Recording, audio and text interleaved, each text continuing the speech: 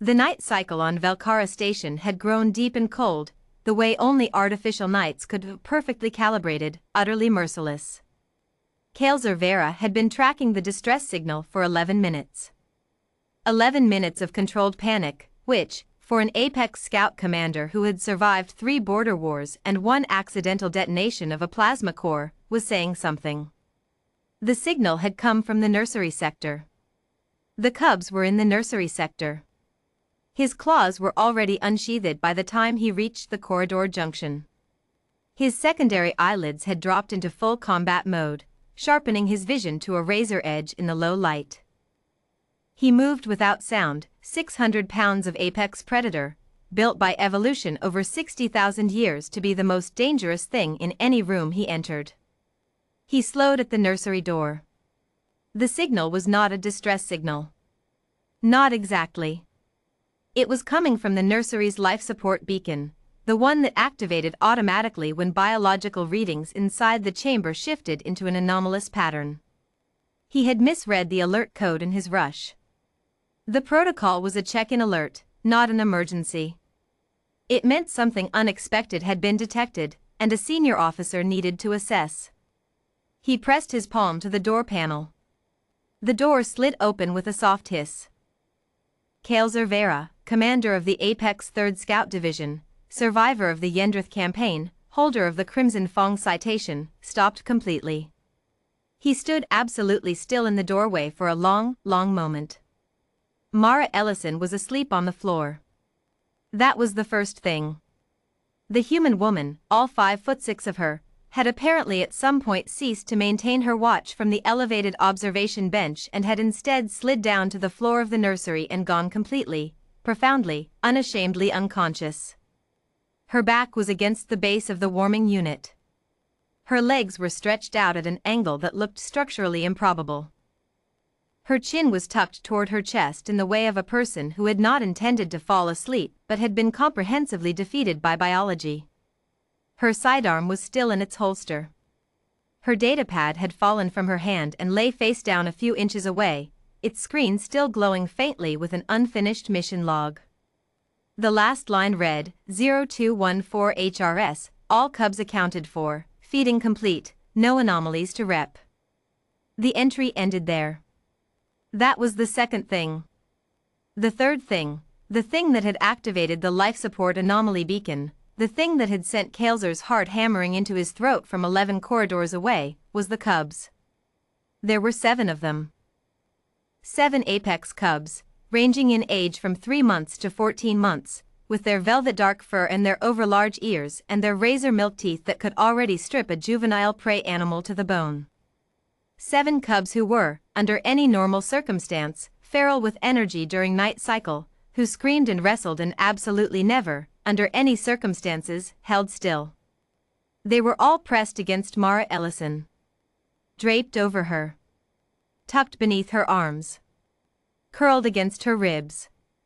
Piled along her legs.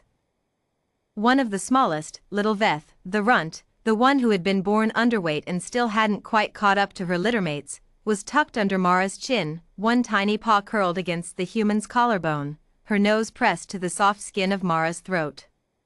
All 7 cubs were purring.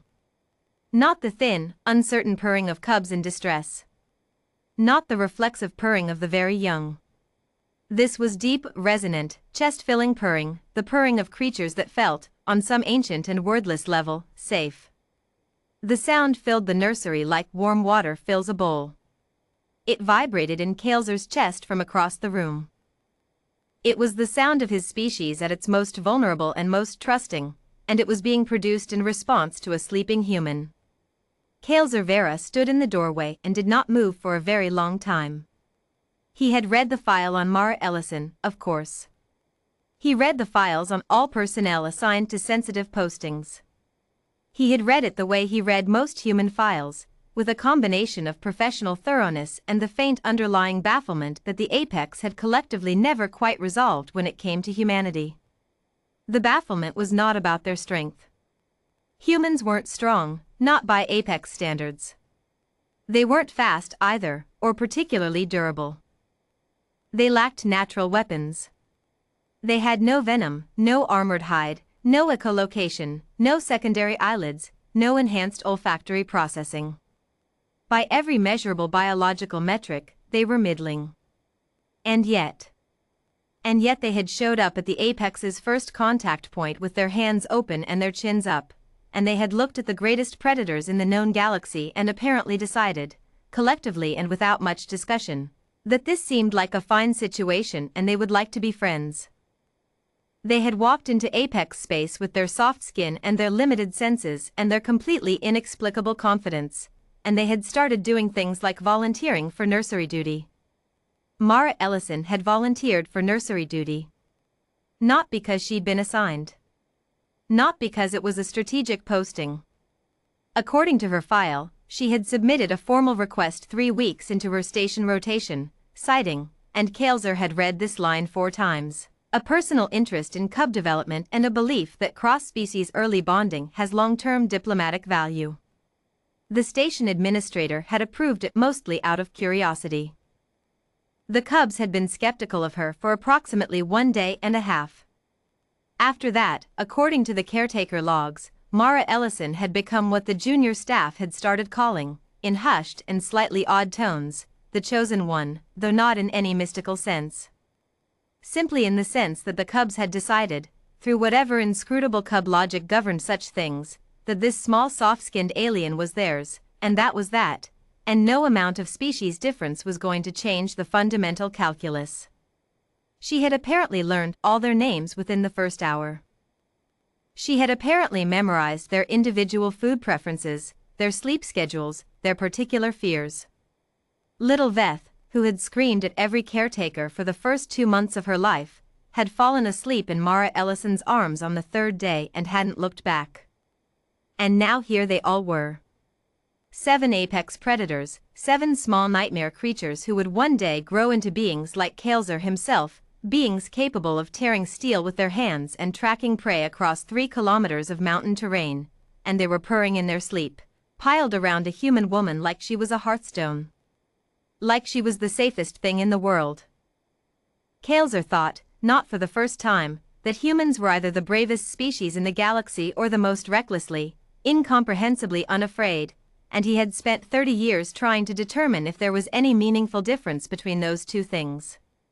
He stepped quietly into the room. He picked up Mara's datapad from the floor and set it gently on the bench above her. He checked the ambient temperature, slightly low. He adjusted it 2 degrees. He checked the cubs one by one without touching them, cataloging their breathing, their temperature, the soft rhythm of their rest. All healthy. All deeply, peacefully asleep. He straightened up and looked down at the pile of them. Veth's ear twitched in some small dream. Mara Ellison didn't stir. Kaelzer reached for his comlink to log a status update, anomaly resolved.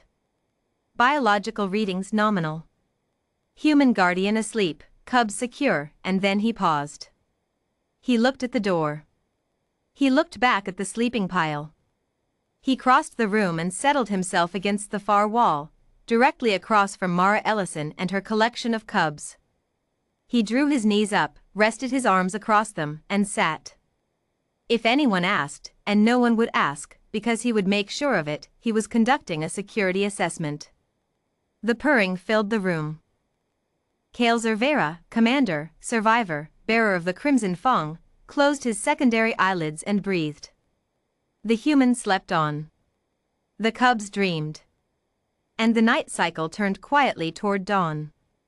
In the Apex Historical Archives, there is a photograph taken the following morning by a junior communications officer who happened to pass the nursery viewport. It shows a human woman still asleep against the warming unit, cubs draped across her in various states of peaceful sprawl. It shows, in the far corner, an Apex Scout commander apparently engaged in what his official report described as situational monitoring. The photograph was never officially filed. It was, however, passed around the entire station by lunch. And it is, to this day, the most shared image in the Apex Human Joint Cultural Archive. The caption, added by an unknown party and never removed, reads simply, "She wasn't afraid." That's why they trusted her.